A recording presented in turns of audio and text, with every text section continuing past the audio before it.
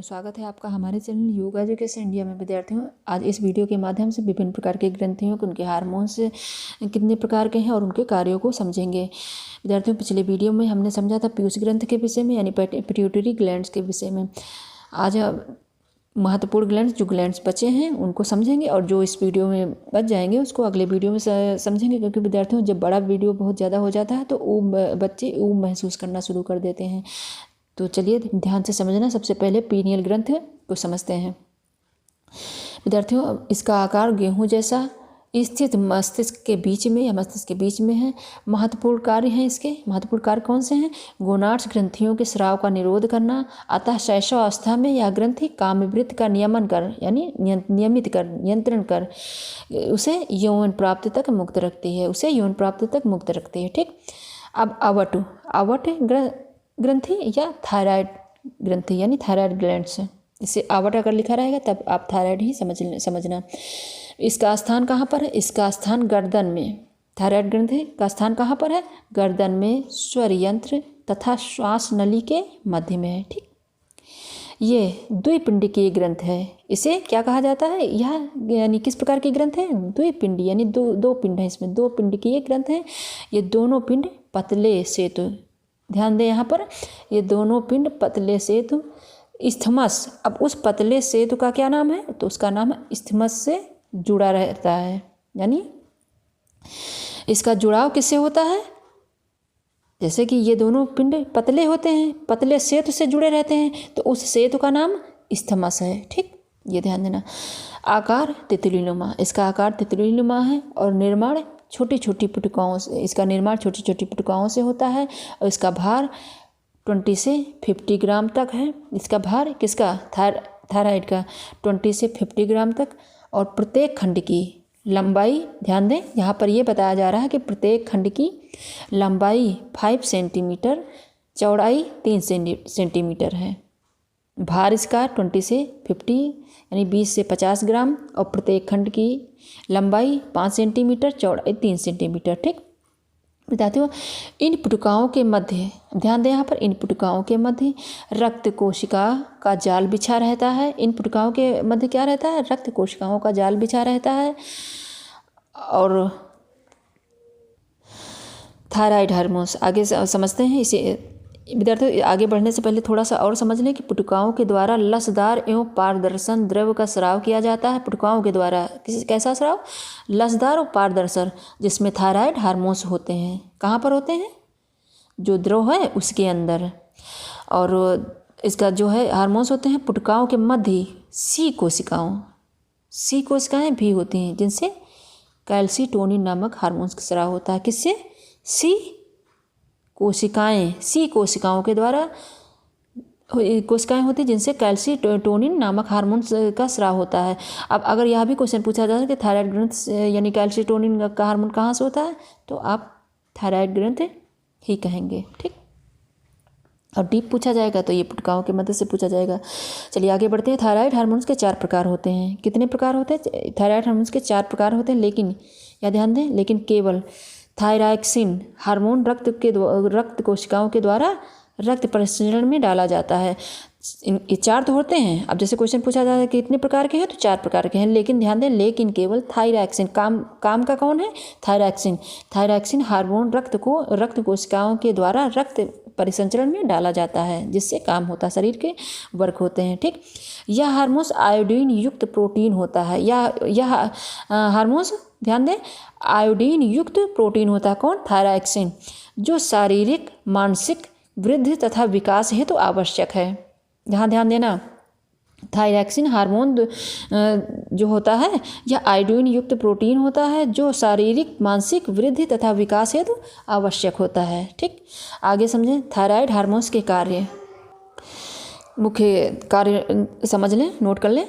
हृदय गति को तीव्र करता है, शारीरिक मानसिक विकास, तापमान के नियंत्रण में सहायक, शरीर के तापमान के नियंत्रण में सहायक है, उपाचय क्रियाओं का नियंत्रण करता है, माताओं के दुग्ध वृद्धि में सहायक होता है। अब थायराइड हार्मोन्स के कार्य आप नोट कर लें।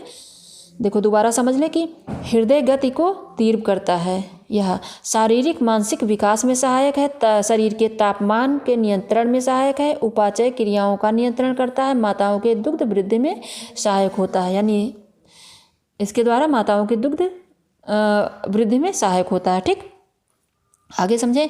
थायरोक्सिन हार्मोन के अल्पस्राव के प्रभाव। आप यह नोट कर लें कि थायरोक्सिन हार्मोन्स के अल्पस्राव के प्रभाव जब कम मात्रा में होते हैं तो गलगंड या ग्वाइटर, आपने सुना होगा, गलगंड और ग्वाइटर नामक रोग उत्पन्न हो जाते हैं।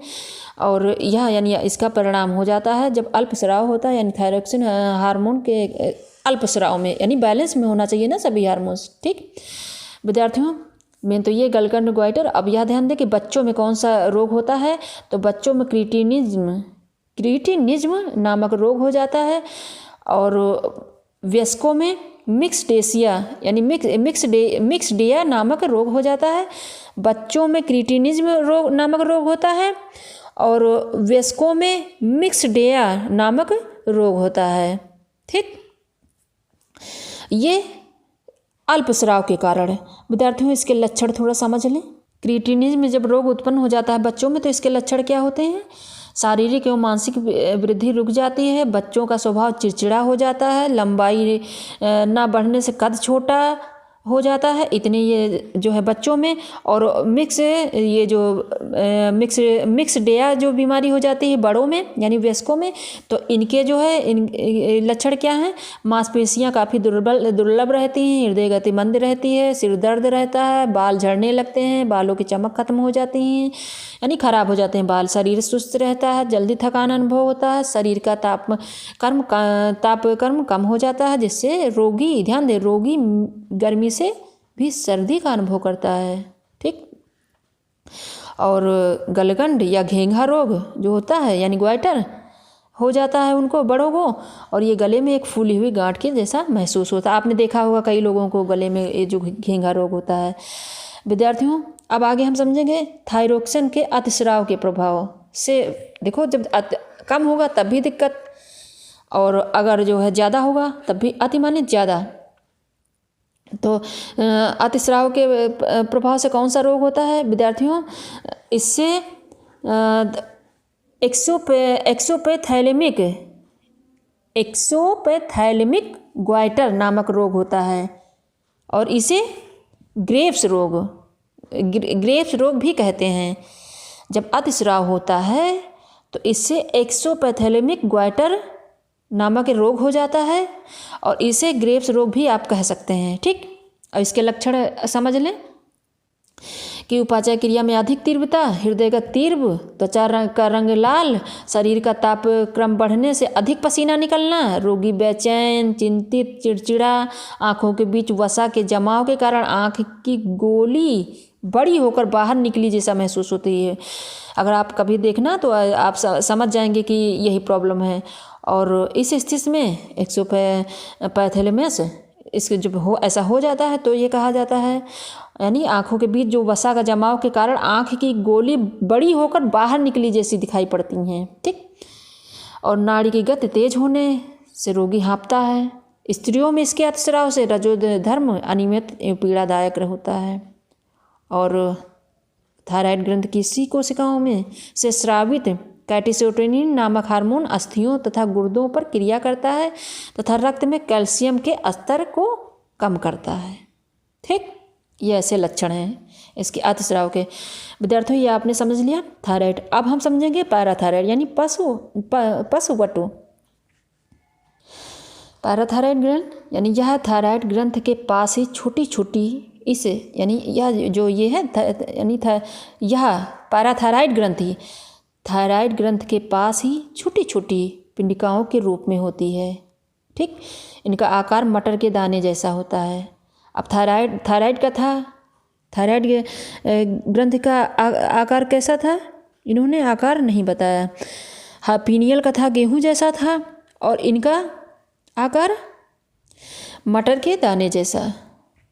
पैराथायराइड, ध्यान रखना, संयोजी ऊतकों द्वारा निर्मित है, यह गोलाकार है और संख्या में 4 है।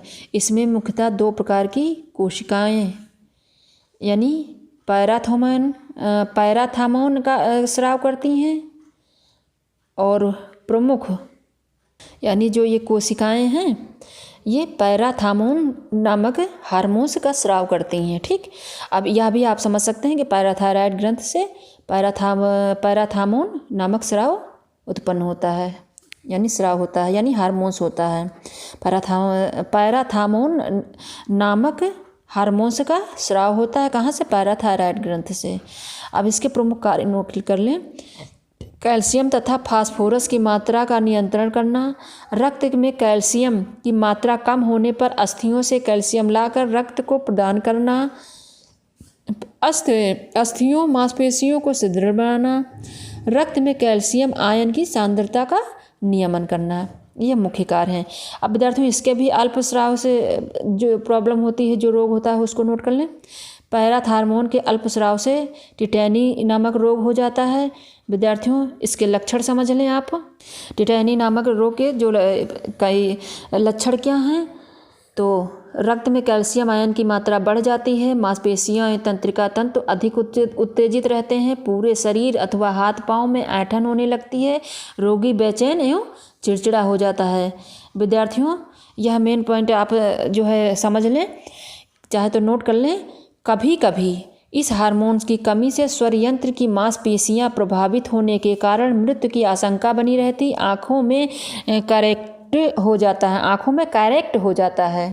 विद्यार्थियों ये कैटेरेक्ट है, कैटेरेक्ट, आँखों में कैटेरेक्ट हो जाता है, ये ध्यान रखना। विद्यार्थियों पैराथार्मोन अतिस्राव, अब अतिस्राव का नोट कर लें। ग्रंथ में गांठें पड़ जाती हैं, उसी स्थान पर कैल्शियम आयन के अत्यधिक जमाव के कारण ग्रंथ में गांठें पड़ जाती हैं, रक्त में कैल्शियम बढ़ना, गुर्दों में वसा जमा होने से पथरी होने से इसके कारण गुर्दे ठीक से काम नहीं करते हैं, यानी गुर्दे काम करना बंद कर देते हैं। देखो अतिस्राव, पैराथार्मोन के अतिस्राव से क्या होता है? ग्रंथ में गांठें जो है, ग्रंथ में गांठें पड़ जाती हैं इसी ग्रंथ में, और जो है यानी कहाँ, कौन सी ग्रंथ में? पैराथायराइड ग्रंथ में। और उसी स्थान पर कैल्शियम आयन, और ऐसा क्यों होता है? उसी स्थान पर कैल्शियम आयन के अत्यधिक जमाव के कारण ऐसा होता है, और रक्त में कैल्शियम बढ़ जाता है, और गुर्दों में वसा जमा होने से पथरी होने के इसके कारण गुर्दे काम करना बंद कर देते हैं। थोड़ा सा और समझ लें विद्यार्थियों, साथ ही गुर्दों में अवरोध जब पैदा होता है तो कोमल ऊतकों में कैल्शियम के जमा होने से वे ऊतक सख्त एवं कड़े हो जाते हैं, मांसपेशियां कमज़ोर हो जाती हैं। ठीक, अब आगे हम समझेंगे थाइमस ग्रंथ है, यानी थाइमस ग्लैंड। तो चलिए, इसका स्थान श्वास नली के पास तथा थायराइड ग्रंथ के नीचे, श्वास नली के पास तथा थायराइड ग्रंथ के नीचे। अब थायराइड ग्रंथ गले में है ना, तो श्वास नली के पास है तथा थायराइड ग्रंथ के नीचे, इसका यानी नीचे यानी थाइमस यानी सीने के पास है। इसका निर्माण अंतःस्रावी इसका निर्माण अंतःस्रावी ग्रंथ से निर्मित, ध्यान दें, इसका निर्माण अंतःस्रावी ग्रंथ से निर्मित लसिका ऊतक भी इस ग्रंथ के निर्माण में सहायक है। इसका निर्माण किस प्रकार से होता है? ध्यान दें, यह बहुत इंपॉर्टेंट यहाँ पर है कि अंतःस्रावी ग्रंथ से निर्मित यह और लसिका ऊतक भी इस ग्रंथ के निर्माण में सहायक होते हैं। इसकी पहचान है सेल्स कार्पेट्स, यानी इसकी पहचान हेसेल्स कार्पेट्स के द्वारा होती है। किसकी पहचान? थाइमस ग्रंथ की। और इस ग्रंथ के मुख्य दो भाग हैं, कार्टेक्स मेडुला, ध्यान दें, कार्टेक्स मेडुला यानी कार्टेक्स और मेडुला, इसके दो मुख्य कार्य हैं, यानी दो मुख्य भाग हैं। और इसके फिर कार्य नोट कर लें थाइमस ग्रंथ के। लिम्फोसाइट्स, विद्यार्थियों ये आप इतना ही नोट कर लें, यानी कि इस ग्रंथ के दो भाग हैं, कार्टेक्स और मेडुला। ठीक, इसके कार्य नोट कर लें कि लिम्फोसाइट्स का निर्माण करना, बहुत ही इंपॉर्टेंट कार्य जो होता है, लिम्फोसाइट्स का निर्माण करना, यौन ग्रंथि की वृद्धि तथा विकास करना, यानी विकास करने में, यानी यौन ग्रंथ की वृद्धि तथा विकास करना। और तीसरा अस्थियों में लवणों को जमा करना, अस्थियों में लवणों को जमा करना। ठीक, अब आगे समझते हैं विद्यार्थियों। एड्रिनल ग्रंथ या सुपरारी नल भी इसे कहते हैं, एड्रिनल ग्रंथ को समझते हैं। विद्यार्थियों थाइमस ग्रंथ के विषय में थोड़ा सा मैं दोबारा समझा दूँ। देखो, इसका जो ये कार्य है, आप थाइमस ग्रंथि के लिम्फोसाइट्स का निर्माण करना, ये आप सभी जानते होंगे क्योंकि पढ़ रखा होगा, लेकिन ये ध्यान नहीं होगा कि यौन ग्रंथि की वृद्धि तथा विकास करना और अस्थियों के लवड़ों को जमा करना, और लिम्फोसाइट से ही हमारे जो है शरीर की सुरक्षा होती है विभिन्न प्रकार के रोगों से। पिछले विद्यार्थियों हमने समझा रखा है और भी मैं इस पर समझाऊंगी लिम्फोसाइट्स पर। ठीक, तो चलिए आगे हम बढ़ते हैं। एड्रिनल ग्रंथ या सुपरारी नल भी इसे कह सकते हैं आप। इसका स्थान उदर गुहा में स्थित दोनों गुर्दों के ऊपर चोटी के आकार में स्थित है। इसका स्थान कहाँ पर है? उदर गुहा में स्थित दोनों गुर्दों के ऊपर, जहाँ गुर्दा है गुर्दों के ऊपर यानी किडनी के ऊपर चोटी के आकार में स्थित है, इसलिए इसे सुपरारी नल कहते हैं। जो चोटी के आकार में स्थित है इसलिए इसे सुपरारी नल कहते हैं। यानी उदर गुहा में स्थित दोनों गुर्दों के ऊपर चोटी के आकार में स्थित है यह, इसीलिए इसे सुपरारी नल कहते हैं। चौड़ाई 4 सेंटीमीटर, मोटाई 3 सेंटीमीटर, और इसके 2 भाग हैं, चौड़ाई 4 सेंटीमीटर, मोटाई 3 सेंटीमीटर। ध्यान समझना विद्यार्थियों इससे, क्योंकि बहुत सारे क्वेश्चन बनते हैं। इसके भी 2 भाग हैं, एड्रिनल कॉर्टेक्स और एड्रिनल मेडुला। ठीक, चलिए आगे समझते हैं विद्यार्थियों। एड्रिनल कॉर्टेक्स को समझते हैं। ये एड्रिनल कॉर्टेक्स है। सबसे पहले इस भाग से 3 प्रकार के हार्मोन स्राव होते हैं। वे कौन कौन से हैं? जोना ग्लोमेरुलोसा, दूसरा जोना फैसिकुलासा एवं तीसरा जोना रेटिकुलाटा। ठीक, अब सबसे पहले आप ये आप नोट कर लें। एड्रिनल कॉर्टेक्स के 3 प्रकार के हार्मोन्स, इस भाग में 3 प्रकार के हार्मोन स्राव होते हैं। जोना ग्लोमेरुलोसा, जोना फैसिकुलाटा और तीसरा जोना रेटिकुलाटा। ठीक, चलिए ध्यान, अब आगे आप ये समझे जोना ग्लोमेरुलोसा को समझते हैं विद्यार्थियों। यह पिनरेलो कार्टिको स्टीराइड्स एल्डोस्टेरोन नामक हार्मोन स्राव करता है। यह जो ग्लोमेरुलोसा जो है, देखो विद्यार्थी थोड़ा इसको और समझ ले तो ये समझ में आ जाएगा।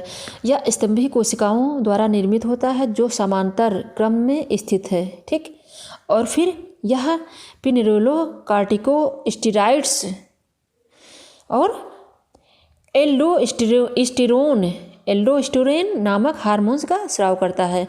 अब जोना फैसिकुलाटा को समझते हैं विद्यार्थियों। इसका निर्माण पॉलीहेड्रल कोशिकाओं द्वारा होता है। ठीक, इस स्तर के द्वारा ग्लूकोकार्टिकोस्टेरॉइड का स्राव किया जाता है इसके द्वारा। ठीक, इसमें मुख्यतः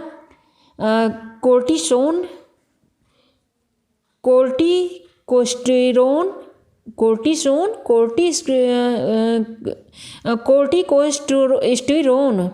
ठीक, और फिर 11 यानी 11 डिहाइड्रो 70 यानी 17 से हाइड्रोकार्टिकोस्टेरॉइड्स हार्मोन होते हैं। देखो इसमें मुख्यतः कितने प्रकार, ये जो स्राव होता है ग्लूकोकार्टिकोस्टेरॉइड का जो स्राव होता है, इसमें मुख्यतः जो है इसमें ध्यान दें, इसमें मुख्यतः यानी दोबारा समझ लें। देखो जोनो फैसिकुलाटा, इसका निर्माण पॉलीहेड्रल कोशिका के द्वारा होता है। इस स्तर के द्वारा ग्लूकोकार्टिकोस्टेरॉइड का स्राव किया जाता है। ठीक है, इसमें मुख्यतः ध्यान दें यहाँ पर, इसमें मुख्यतः कोर्टिकोस्टेरोन और 11 डिहाइड्रो और 17 हाइड्रोकार्टिकोस्टेरॉइड्स हार्मोन होते हैं। और इसमें जो है ग्लूकोकार्टिकोस्टेरॉइड के मुख्य कार्य हैं। ये इसके अंतर के हो गए कोर्टिकोस्टेरोन आदि, और फिर ये जो हार्मोन स्राव होता है इससे जोना फैसिकुलेटा से हार्मोन से कार्टिकोस्टेरॉइड। तो अब इसके कार्य आप मुख्य कार्य समझ लें, क्योंकि एड्रिनल का समझ रहे हैं ना, यह ध्यान रखना। यह कार्बोहाइड्रेट के चयापचय की क्रिया का नियमन करता है और यह इंसुलिन की तरह कार्य करता है। यकृत में ग्लूकोनियोजनेसिस की क्रिया में सहायक ग्लूकोज को ग्लाइकोजन में परिवर्तित करना। यह एंटी इंसुलिन की तरह भी क्रिया करता है और ग्लाइकोजन को ग्लूकोज में परिवर्तित करता है। इस प्रकार यह कार्बोज की चयापचय में सहायक है। यह चयापचय क्रिया का नियमन करता है। तो इसके मुख्यतः जो है कार्य क्या हुए, यानी ग्लूकोकार्टिकोस्टेरॉइड के मुख्य कार्य क्या हुए। और यह ध्यान रखना, यह एड्रिनल का है, आप समझ रहे हैं, एड्रिनल ग्लैंड्स का। तो जो यह हार्मोन्स निकलता है एड्रिनल कॉर्टेक्स के 3 भाग हैं, उसके अंतर्गत आप जोना फैसिकुलाटा को समझ रहे हैं। और उसके फिर इसका निर्माण यानी जोना फैसिकुलाटा का निर्माण पॉलीहेड्रल कोशिकाओं के द्वारा होता है। ठीक, अब उसमें जो ये कोशिकाएं जो कौन सा स्राव हार्मोन स्राव करती हैं, तो ग्लूकोकार्टिकोस्टेरॉइड हार्मोन स्राव करती हैं, जिनके ये कार्य हैं, यानी जिनके यह कार्य कि यह कार्बोहाइड्रेट के चयापचय की क्रिया का नियमन करता है या इंसुलिन की तरह ही क्रिया करता है। साथ ही यकृत में ग्लूकोनियोजेनिस की क्रिया में सहायक बनता है। यह ग्लूकोज को ग्लाइकोजन में परिवर्तित करता है और यह एंटी इंसुलिन की तरह ही भी यह क्रिया करता है और ग्लाइकोजन को ग्लूकोज में परिवर्तित करता है। इस प्रकार के यह कार्बोज की चयापचय क्रिया का नियमन करता है। ठीक विद्यार्थियों, अगर एक बार में नहीं समझ में आएगा तो दोबारा से देख लेना, तो समझ में आ जाएगा। आगे और कार्य समझ लें इसके। हार्मोन प्रोटीन तथा वसा की चयापचय क्रिया का यह नियमन करता है। यकृत में ग्लाइकोजन के निर्माण तथा संग्रह में भी यह सहायक है। यकृत में ग्लाइकोजन के निर्माण तथा संग्रह में भी सहायक है, यह ध्यान रखना। और फिर यह आधारीय चयापचय को उत्तेजित करता है। यह आधारीय चयापचय को उत्तेजित करता है। ठीक, यानी जोना फैसिकुलाटा से हार्मोन स्राव होता है उसके द्वारा। आप तीसरा समझ लें, जोना रेटिकुलाटा, इसके द्वारा स्टेरॉइड्स का स्राव होता है। इसके द्वारा किसका स्राव होता है? स्टेरॉइड्स का स्राव होता है, यानी लिंग स्टेरॉइड्स। जोना रेटिकुलाटा के द्वारा लिंग स्टेरॉइड्स का स्राव होता है। इसमें मुख्यतः, अब याद ध्यान दें, इसमें मुख्यतः प्रोजेस्टेरोन, एस्ट्रोजन, एंड्रोजन हार्मोन्स होते हैं। जब इसका स्राव होता है तब इसमें मुख्यतः कौन कौन से हार्मोन्स होते हैं, तो ध्यान दें, प्रोजेस्टेरोन, एस्ट्रोजन, एंड्रोजन हार्मोन्स होते हैं। इनके द्वारा लैंगिक क्रियाओं तथा प्रजनन अंगों की क्रियाओं का नियमन होता है, शारीरिक क्रिया तथा विकास को प्रभावित करते हैं तथा यौन इच्छाओं के विकास करते हैं, यौन इच्छाओं का विकास भी करते हैं। ठीक है, अब आगे समझते हैं एड्रिनल मेडुला। ये आपने समझा, ये एड्रिनल कॉर्टेक्स के अंतर्गत आपने समझा। इसके 3 प्रकार के हार्मोन्स इसमें स्राव होते थे। होते हैं जोना ग्लोमेरुलोसा, जोना फैसिकुलासा, जोना रेटिकुलाटा। तो ये आपने 3 समझ लिया। और अब एड्रिनल यानी सेकेंड एड्रिनल मेडुला को समझेंगे।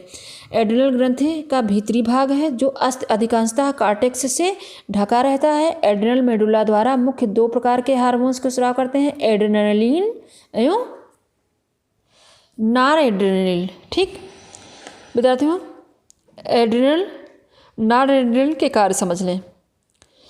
ये हार्मोन्स विभिन्न प्रघातों की प्रतिक्रियाओं का नियमन करता है तथा रक्त वाहिनियों में रक्त दाब का नियमन करता है। मुख्य कार्य क्या है? ये जो हार्मोन्स हैं एड्रिनल तथा नॉर एड्रिनल, तो ये जो हार्मोन्स हैं विभिन्न प्रघातों के प्रतिक्रियाओं का नियमन करता है तथा रक्त वाहिनियों में रक्त का दाब का नियमन करता है, यानी नियमित करता है या नियंत्रण रखता है, और भागों या लड़ों वाली अवस्था में अधिक स्राव करता है। यह भागो या लड़ो वाली अवस्था में अधिक स्राव करता है, यानी फाइट एंड फ्लाइट वाली अवस्था। ठीक विद्यार्थियों, अब इतना आप मेन पॉइंटों को समझ लें। और ये जो है एक ये रह गया था, यानी जो जोना रेटिकुलाटा है, इसके अंतर्गत ये जो है कार्टिकल हार्मोन के अल्प स्राव के से प्रभाव क्या पड़ता है, तो एडिशंस रोग हो जाते हैं। यानी जो आप एड्रिनल कॉर्टेक्स समझ रहे थे उसमें 3 भाग थे, जोना रेटिकुलाटा, तो अब इसमें ये कार्टिकल हार्मोन्स के अल्पस्राव के प्रभाव यानी एडिशंस रोग हो जाते हैं। अब एडिशंस जो रोग होता है उसके लक्षण आप समझ लें, तब आपके समझ में आ जाएगा। लक्षण कौन से हैं? मांसपेशियां कमज़ोर होना, रक्त दाब में कमी होना, शरीर में सूजन होना, बेचैनी, चक्कर, कभी कभी डायरिया, नींद में कमी तथा थकान का आदि अनुभव जो है ये सब होता रहता है। और इसके कमी, इस हार्मोन्स के कमी के कारण, कौन से हार्मोन्स की कमी के कारण? कार्टिकल हार्मोन्स की कमी के कारण महिलाओं में रजोधर्म अनियमित हो जाता है और बाल झड़ने लगते हैं, शीघ्र थकान का अनुभव हुए और नींद की कमी उनको आने लगती है महिलाओं के अंतर्गत। ठीक, अब चलिए विद्यार्थियों, इतना आपने एड्रिनल को समझ लिया, एड्रिनल ग्रंथि को।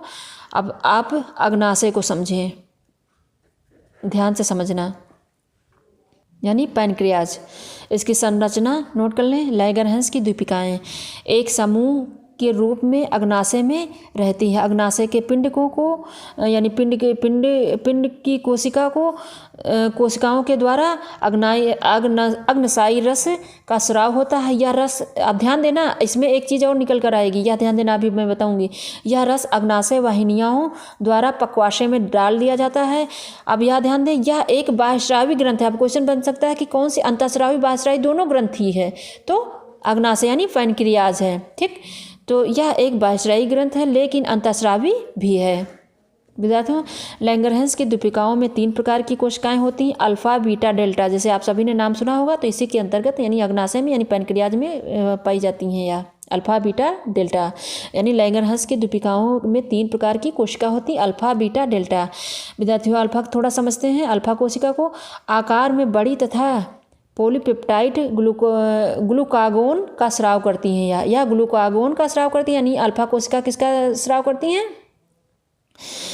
और ये बड़ी भी होती हैं और पॉलीपेप्टाइड ग्लूकागोन का स्राव करती हैं। और बीटा कोशिका आकार में छोटी होती हैं, ये इंसुलिन का स्राव करती हैं। बीटा कोशिका इंसुलिन का स्राव करती हैं, ध्यान रखना, यही सब क्वेश्चन पूछे जाएंगे छोटे छोटे। और डेल्टा कोशिका सोमेटोस्टैटिन का स्राव करती हैं। ये जो है डेल्टा कोशिका यानी सोमेटोस्टैटिन का स्राव ये करती हैं। ठीक विद्यार्थियों, अब इंसुलिन के कार्य भी आप समझ लें थोड़ा सा। मेन चीज़ों को मैंने यहाँ रखा विद्यार्थियों, नहीं तो बहुत लंबा जो है वीडियो हो जाएगा।